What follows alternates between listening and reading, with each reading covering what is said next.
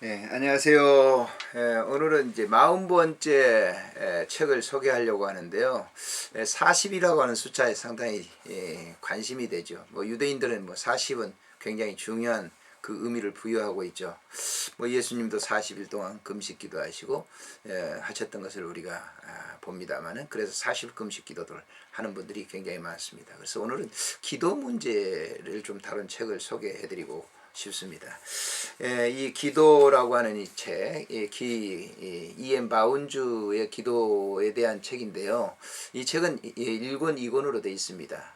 제게는 지금 이제 한 권 책이 있는데, 한 권, 2권은 이제 다른 분을 빌려줬더니 지금 이제 가져오지 않아서 아마 그분이 잘 보시겠죠.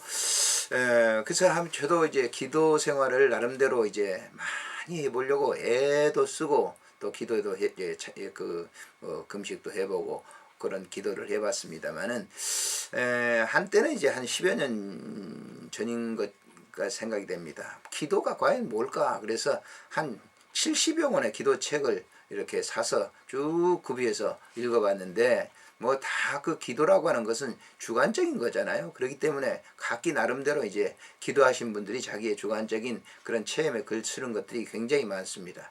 근데 이 사실은 기도라고 하는 것은 객관적이어야 되죠. 뭐 하나님께서 각 사람에게 주어진 그런 그 이제 하나의 선물인데, 그런 것을 자기 주관적인 것이 정의다 이렇게 해서는 안 되죠.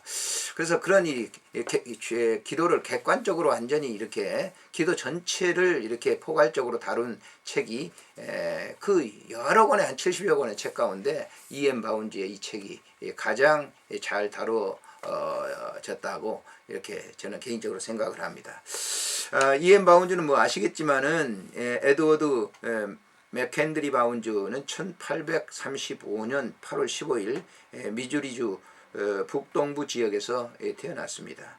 그의 부친은 미주리주 셀비 카운티를 조직하는 일을 도왔고 군청 소재지인 셀비빌에서 최초의 지주였습니다. 바운즈는 교실이 하나뿐인 셀비빌의 학교에 출석하였고 읽기와 쓰기를 이내 배웠고, 부친이 군 서기로 일하였기 때문에 바운즈의 가정은 법원이 개정되면 법정으로 사용되었습니다. 이 때문에 바운즈가 법률을 공부하게 되었고 19살 되기 전에 변호사 시험에 합격하게 되었던 것 같습니다. 바운즈는 24살 때 변호사로 일하다가 다소 갑작스럽게 선교사의 소명을 느끼고 소명에 응했습니다. 그는 성경을 열심히 읽었고 존 웨슬레의 설교를 좋아했으며 몬테첼로라는 인근 마을의 조그만 교회에서 설교를 시작했습니다.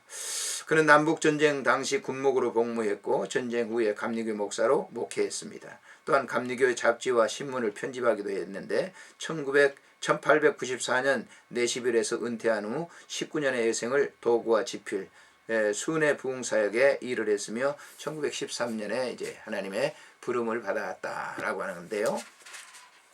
사실을 조금 전에도 제가 말씀을 드렸지만은 이분처럼 기도에 대한 객관적인 다양성 있는 그런 것을 소재로 다룬 책이 별로 없다라고 하는 것을 말씀을 드렸습니다.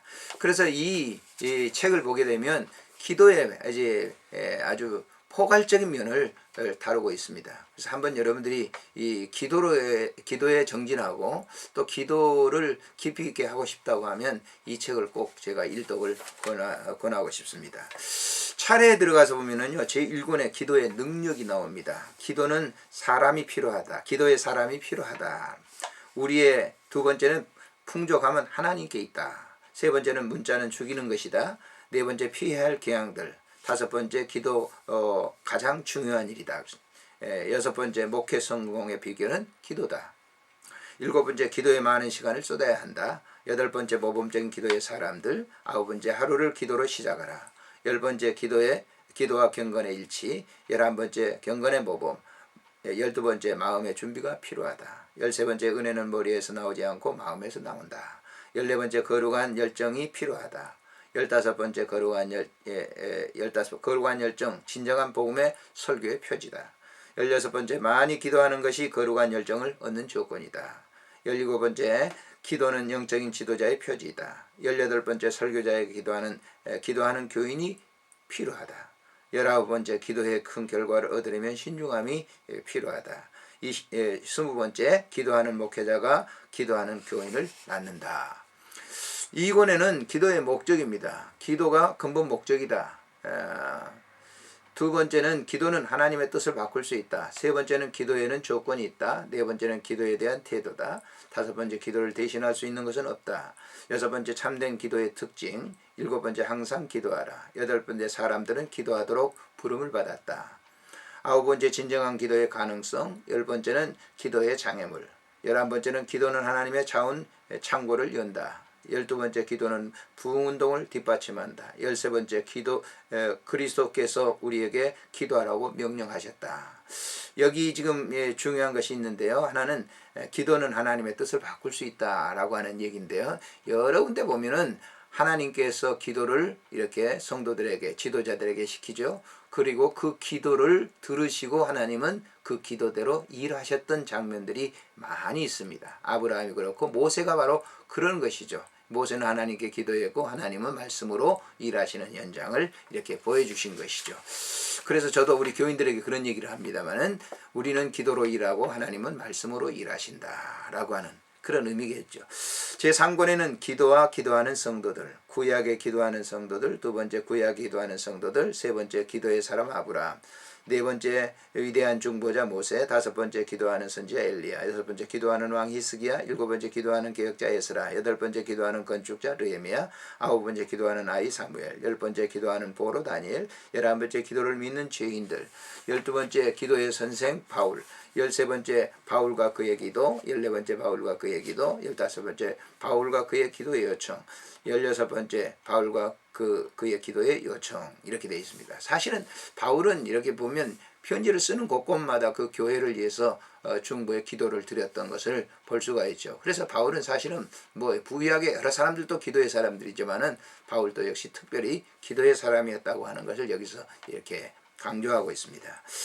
제4권의 기도의 가능성, 기도의 사역, 두 번째 기도의 약속, 세 번째 기도의 약속, 네 번째 기도의 가능성, 다섯 번째 기도의 가능성, 여섯 번째 기도의 가능성, 일곱 번째 기도의 범위, 여덟 번째 기도의 사실과 역사, 아홉 번째 기도의 사실과 역사, 열 번째 기도의 응답, 11번째 기도의 응답, 12번째 기도의 응답, 13번째 기도의 기적, 14번째 기도를 통한 하나님의 기사, 15번째 기도와 하나님의 섭리, 16번째 기도와 하나님의 섭리, 이렇게 되어 있습니다.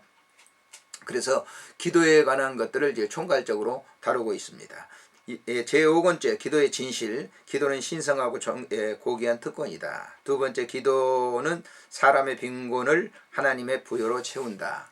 기도는 지상 예배에서 지극히 중요한 핵심이다. 네 번째, 하나님은 모든 일을 기도에 따라 행하신다. 다섯 번째, 거룩한 기도의 교사이신 예수 그리스도. 여섯 번째, 거룩한 기도의 교사이신 예수 그리스도. 일곱 번째, 기도의 모범이신 예수 그리스도. 여덟 번째, 우리 주님의 생애에서 일어난 기도의 사건들. 아홉 번째도 동일합니다. 열 번째, 우리 주님의 모범적인 기도. 11번째, 대제사장으로서 드린 주님의 기도. 12번째, 겟세마네의 기도. 13번째, 성령의 기도. 14번째, 우리 기도를 돕는 분신이 성령. 15번째, 두 위로자야 두 변호자. 16번째, 기도와 성령 시대, 이렇게 돼 있습니다. 아까도 말씀드렸듯이 우리는 기도로 일하고 하나님은 말씀으로 일하신다라고 하는 그 주제를 여기서도 다루고 있죠. 제6번째 6권 기도의 본질적인 요소들. 기도는 전인이 필요하다. 전인격적인 기도가 필요하다라고 하는 것이죠. 두 번째 기도의 겸손, 세 번째 기도와 경건, 네 번째 기도와 찬양과 감사, 다섯 번째 기도와 고난, 여섯 번째 기도와 고난, 일곱 번째 기도와 하나님의 일하심, 여덟 번째 기도와 헌신, 아홉 번째 기도와 신앙의 명확한 기준, 열 번째 긍휼히 여기는 기도, 11번째 연합의 기도, 12번째 기도의 보편성, 13번째 기도와 선교. 이런 이 다양성 있는 기도에 대한 것을 잘 다루어주고 있습니다. 일곱 번째 기도의 필요성. 첫 번째 기도와 믿음, 두 번째도 마찬가지입니다. 세 번째 기도의 신뢰, 네 번째 기도와 소원, 다섯 번째 기도의 열정, 여섯 번째 기도와 끈질김, 일곱 번째도 동일하고요. 여덟 번째 기도와 성품과 행동, 아홉 번째 기도와 순종, 열 번째 기도와 순종 두 번째로 다루고 있습니다. 11번째 기도와 경계, 12번째 기도와 하나님 말씀, 13번째 기도와 하나님 말씀 동일합니다.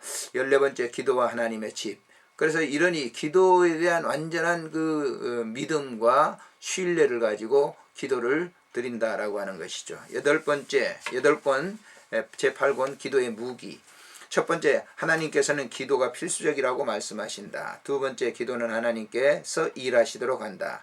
세 번째, 기도의 사람이 필요하다. 네 번째, 하나님은 기도하는 사람을 필요로 하신다. 다섯 번째, 기도하지 않는 그리스도인들.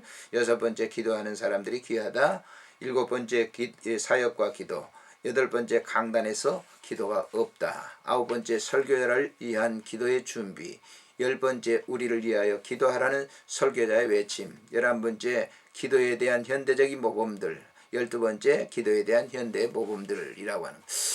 전체적으로 이렇게 쭉 이렇게 기도에 대한 다양성 있는 이 객관적인 기도의 정의를 내리는 것이 E.M. 바운즈의 이 기도라고 하는 책입니다. 물론 이 E.M. 바운즈의 기도는 기도의 문제에 대한 것은 책도 있습니다.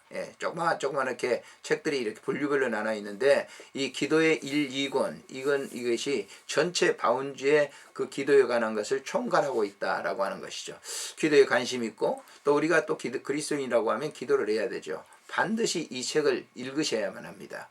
이 책을 정말 강력하게 이 40권째 소개하면서 이 책을 소개합니다. 다음에 책을 소개할 때까지 안녕히 계십시오.